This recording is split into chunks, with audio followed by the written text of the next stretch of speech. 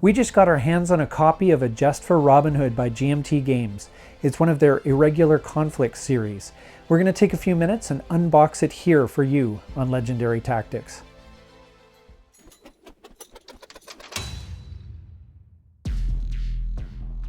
Now I have to admit, this game wasn't on my radar, but I saw it at Circle DC, which was the convention put on by Fort Circle Games back in April. And I saw the game setup. I wasn't even really sure what I was looking at, but I've been quite intrigued with it ever since I saw it.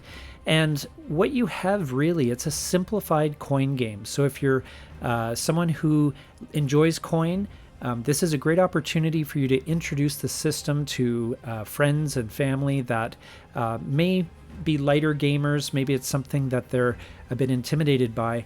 You can see the complexity here is medium, low on the low end of medium. I think that's about right.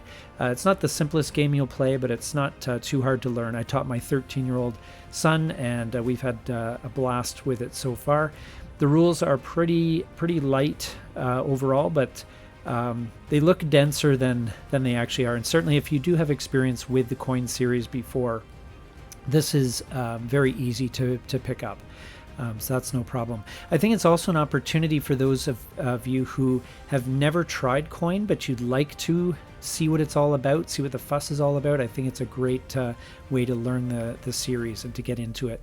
The Learn to Play booklet, just a very kind of brief overview of how the game works. There's an example of play as well, and with some good illustrations, you can see in a nutshell how everything works. And I think it's a good example of play. It just highlights all the different opportunities and actions and so forth.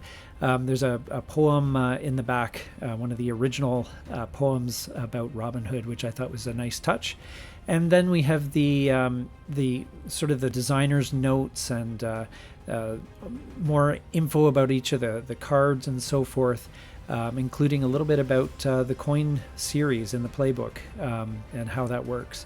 When we take a look at the board is actually really nice and thick. I love a nice solid board if I can get one, and it's a fairly straightforward, essentially a map of Nottingham, the Nottingham area, and you've got Sherwood Forest there. I found that the lines dividing the territories were a little bit unclear. It's okay, but may have benefited just from a bit of a sharper line there in some cases. And you can also see there's a road network and some rivers and stuff.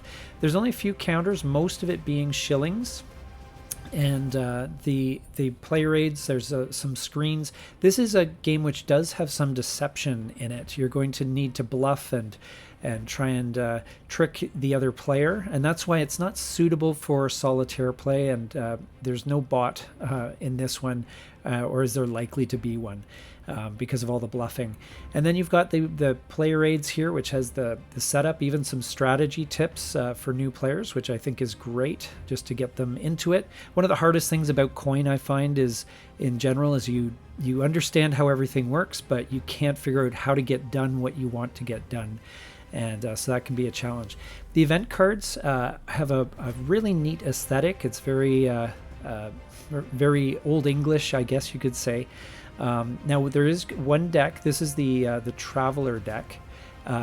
So when Robin Hood robs a traveler, this is the deck that you draw from, and you kind of have a moral kind of question. If you're successful with your robbery, you have to decide whether you're going to be mean or whether you're going to be a bit nicer with your with your theft.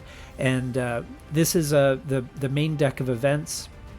There are some events that just happen. They're called fortune events, and then there are the other ones which are, again, very typical of coin, where you have the good and the bad for each side. Each event has a different effect.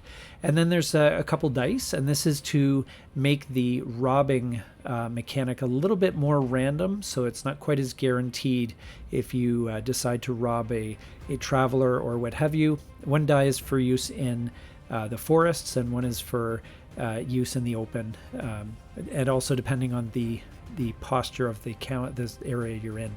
And then you've got your pieces. You might recognize the gorilla pieces and the bases. The henchmen are the blue wedges, and you've got the pawns to mark your actions as well. So this is just a very brief look at the components of a Gest for Robin Hood. There's not a ton, which is great. It's not intimidating, and the setup doesn't take very long, and I think that's a very good thing. It's going to be a great way to introduce the coin system to people that you think might enjoy it as long as they give it a go. And this has been Legendary Tactics. Thank you so much for watching.